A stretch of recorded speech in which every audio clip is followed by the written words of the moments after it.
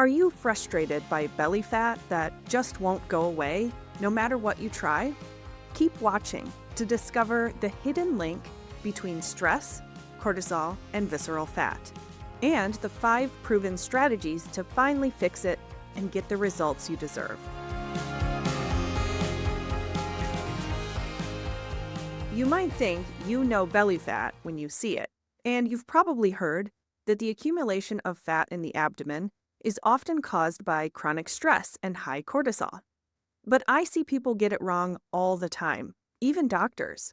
True belly fat, the kind that's rooted in hormonal problems like high cortisol, estrogen fluctuation, and chronic inflammation, is actually called visceral adipose tissue, or visceral fat. And it's not only uncomfortable, but also dangerous. In this video, I'm going to show you what visceral fat really is, explain how high cortisol drives it, and give you 5 concrete, actionable strategies you can use to fix belly fat by addressing the root cause. Let's dive in. There are a lot of terms that are often used interchangeably to describe fat accumulated around the midsection, like belly fat, abdominal obesity, central adiposity, and of course, visceral fat. And these terms are all trying to describe the same thing: the inflammatory fat surrounding the organs in your abdominal cavity, including your liver, intestines, and for females, the reproductive organs. Research has found that too much of this type of fat in this specific location increases your risk for a whole bunch of diseases like heart disease, diabetes, dementia, non-alcoholic fatty liver, and even breast cancer. How can you tell if you have excess visceral fat? And why do so many smart people get it wrong? Well, if you don't understand the anatomy of the abdomen, it's easy to confuse subcutaneous fat with visceral fat. Subcutaneous fat is underneath the skin, typically distributed evenly around the midsection.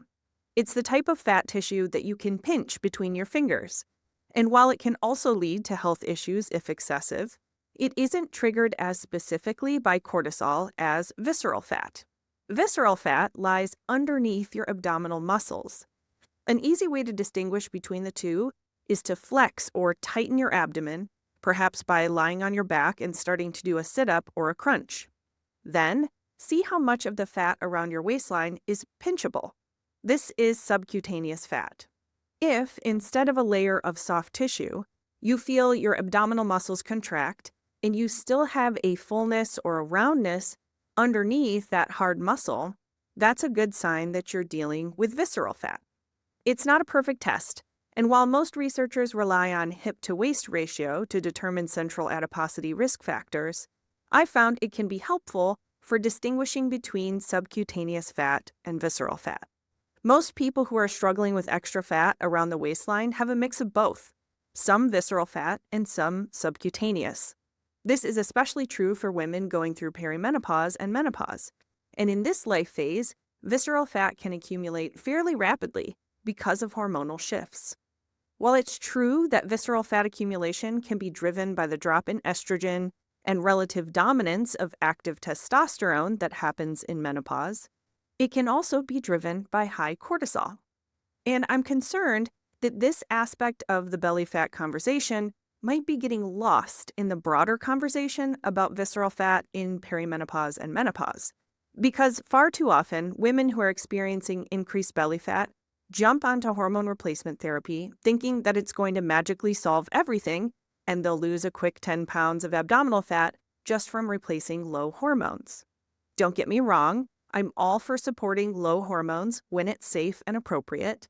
But if you're not also taking stress, inflammation, and cortisol into account, you will likely be disappointed with the results. In order to figure out if high cortisol is causing your increased belly fat, you need to understand what cortisol is, what elevates cortisol output to problematic levels, and how to measure cortisol accurately so that you can treat your cortisol levels appropriately and effectively. So let's start with a quick refresher on cortisol and the HPA axis, or stress response system. Cortisol is a hormone that's made and secreted by the adrenal glands. How much cortisol you make is determined largely by the hypothalamus pituitary adrenal axis, or HPA axis. in response to stress. That stress could be mental or emotional, or it could be a physical stressor, for example, chronic inflammation in your digestive tract, high blood pressure, or even low ferritin levels. We forget about these physical stressors because we've been conditioned to think of stress as all in our heads. But the body treats all stressors the same, as a threat to survival. And all stressors create real biochemical changes in the body, including changes that cause you to gain belly fat. This is why I recommend utilizing functional strategies to address high cortisol instead of relying exclusively on lowering or avoiding stress triggers, because that's not always possible or practical. When cortisol is balanced and following a healthy circadian rhythm, it helps support the immune system, heal from injuries, encourage healthy sleep at night and energy during the day, and sustain the body's processes for survival in the short term. All of this means that cortisol isn't the bad guy. But when cortisol stays too high for too long, the survival benefits of cortisol become detriments. If you're not sure if you have mental, emotional, or physical stressors that are causing elevations in your cortisol levels, but you're noticing an increase in fat in your abdominal area, especially visceral fat, the best thing to do is to test your cortisol levels. And I'm not talking about a simple blood test. First of all, cortisol levels fluctuate greatly throughout the day, and a single blood test doesn't always take that into account. Also, there's a difference between free cortisol levels and metabolized cortisol. And don't get me started on free cortisone. All that to say, a comprehensive cortisol test is the best way to figure out if your levels are high. And it's easier than you think. We help people all over the world get access to accurate, actionable, at-home testing for cortisol. And I'll even help you interpret your results. Check out the link in the video description for more information and to order your comprehensive cortisol test kit. So once you figure out that high cortisol is at the root of your visceral fat, what can you do about it? Well, you're in luck, because next I'm going to share my top 5 evidence-based functional medicine strategies for lowering cortisol and blasting belly fat. My top strategy for lowering cortisol and dropping body fat overall is to balance your blood sugar. The reason this is my favorite strategy is because it addresses high cortisol both directly and indirectly, so you get exponential benefits. And you've got lots of ways to promote better blood sugar at your disposal. Here are a few that I've found particularly helpful. Eat something with fiber, protein, and/or healthy fats every 4 hours during the day. These foods digest more slowly and evenly, which helps avoid glucose spikes and crashes, which lowers cortisol's compensatory spikes and crashes. Avoiding simple sugars and naked carbs is another good strategy. What do I mean by naked carbs? I mean foods that contain only simple sugars or carbs without a healthy amount of fiber, protein, or fat. A few examples of naked carbs are white rice, peeled white potatoes, and white bread. Simple sugars are often found in beverages like fancy coffee drinks, sports drinks, soda, and fruit juices. You may also consider adding a targeted blood sugar balancing nutraceutical like berberine to your daily routine. Berberine, a natural compound found in plants, is sometimes called nature's Ozempic for its ability to improve insulin resistance, balance blood sugar, and help folks lose fat. According to a 2012 meta-analysis of 14 different studies, including more than 1,000 people, berberine was able to help with blood sugar control as much as the common diabetes medication metformin, and with far fewer side effects. Berberine helps calm cravings and improve metabolism too. You can find my favorite berberine supplement at the link in the video description. And if you order it through my Fullscript dispensary, you'll get a really, really nice discount. So nice that I'm literally not allowed to tell you. But when you click the link in the video description, you'll see it right away.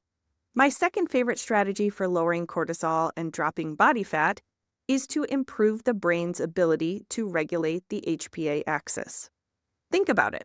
If your brain is hyped up on adrenaline, stuck in fight or flight, or exhausted from chronic stress, it's not going to send helpful signals to your adrenal glands, which can result in chronically elevated cortisol and increased belly fat. One of the pathways that your brain uses to regulate cortisol is the vagus nerve, also known as cranial nerve 10. When you tone or sensitize this nerve, you help the brain communicate with the adrenal glands and better regulate cortisol. The vagus nerve also directly regulates satiety, or the feeling of being full, inflammation, and even glucagon-like peptide 1, or GLP-1, the target of popular weight loss drugs like Ozempic. Toning the vagus nerve can be as simple as gargling with water for 60 seconds every night, humming a tune while you're in the shower, or practicing deep belly breathing for 15 minutes per day. These habits aren't just calming for your emotions. They directly stimulate the vagus nerve and rebalance the HPA axis, lowering elevated cortisol and helping you lose belly fat. The science is really strong here, but you need to be consistent and persistent to get the most benefit from vagal nerve toning. My third strategy for lowering cortisol and dropping belly fat is to cultivate a healthy circadian rhythm. Because cortisol is strongly integrated with and influenced by your circadian rhythm, maintaining a healthy sleep-wake cycle is a really important strategy for regulating cortisol levels. Your HPA axis loves routine, particularly a healthy sleep routine. Aim to go to bed at the same time every night and wake up at the same time every morning, and try to get enough sleep too. I know this can be particularly difficult when you're already under a lot of stress, but it's really important. And the even trickier part is that high cortisol can trigger sleep disruption, making it hard to fall asleep or causing you to wake up in the middle of the night for no reason and struggle to fall back to sleep. Some of my favorite strategies for promoting healthy circadian rhythm fall under the category of sleep hygiene, routines and habits that help prepare your brain and body for sleep. A few examples are avoiding screen exposure for an hour before bed. That includes your phone screen. I honestly cannot think of a worse disruptor of healthy sleep rhythms than your phone. The absolute worst thing you can do if you wake up at night and can't fall back to sleep is to scroll or watch videos on your phone, and that includes this one. Making sure the room you sleep in is as dark as possible, especially avoiding blue light, is another way to improve your sleep hygiene. Natural light exposure within 20 minutes of waking up in the morning is another evidence-based way to improve your circadian rhythm, but it can be difficult depending on where you live and the season. It can also be super helpful to utilize a natural, non-habit-forming nutraceutical to help keep your cortisol levels regulated during the night. My favorite is a blend of herbs and micronutrients that target high cortisol without sedating you, so you won't feel groggy in the morning. I'll put the link to this high-quality cortisol managing support in the video description for you as well. Just click the link, sign into my Fullscript dispensary, and it should come right up for you along with the other products I mentioned in this video. Strategy number 4 is to increase the uptake of cortisol into your cells. This helps stop the negative feedback loop that keeps cortisol coming and helps switch off the stress response system. It lets your body experience the calming and anti-inflammatory effects of cortisol, which both helps with the problem solving and takes the edge off of the fight, flight, freeze response that's driven by adrenaline. I like to think of this strategy as lowering stress hormone overload. One of my favorite tools for increasing cortisol uptake is a unique milk protein hydrolysate called lactium. This protein is derived from the casein protein found in cow's milk that is filtered and concentrated to remove other milk ingredients and proteins.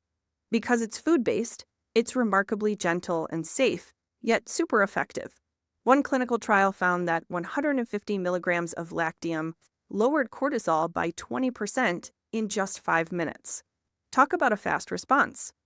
Another trial found that it significantly reduced symptoms associated with high cortisol, including mental and emotional symptoms, as well as digestive, making it a great option if you get an upset stomach or diarrhea when you're stressed.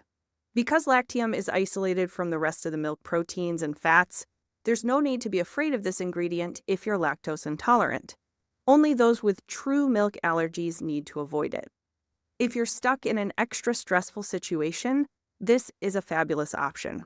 I'll put details about the specific lactium-containing cortisol-lowering product that I recommend in the video description as well.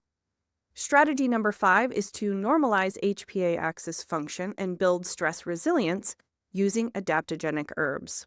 3 of my favorite adaptogenic herbs for lowering cortisol are ashwagandha, holy basil, and bacopa. You've probably heard of ashwagandha before. It has lots of studies on lowering anxiety, calming the brain, normalizing cortisol, and boosting brain function in the face of stress. Holy basil is another adaptogenic herb with a normalizing effect on the central nervous system. It also helps lower blood sugar levels, which is important because high cortisol causes insulin resistance, which raises blood sugar, again causing an increase in visceral fat. Bacopa also works on memory processing and cognition and is a powerful antioxidant, protecting sensitive cells from inflammation, which triggers the cytokines that cause visceral fat deposition. I love working with adaptogens for lots of reasons. They're really safe, they have an exponential benefit when taken in combination, and they're normalizing. You don't have to worry about driving cortisol too far in one direction with adaptogens. So they're ideal if you're all over the place with symptoms. You'll find details about my favorite blend of these adaptogens in the full script link with the rest of my suggested supports from this video. Thanks so much for watching. If you found this video helpful, please consider hitting that thumbs up button and subscribing to my channel. And be sure to check out the video description to order your at-home comprehensive cortisol test kit and grab my favorite practitioner-grade supplements to help you lower cortisol and banish belly fat. You'll want to take advantage of that discount, I promise. I think that about wraps it up for now. Thanks again, and we'll see you in the next video.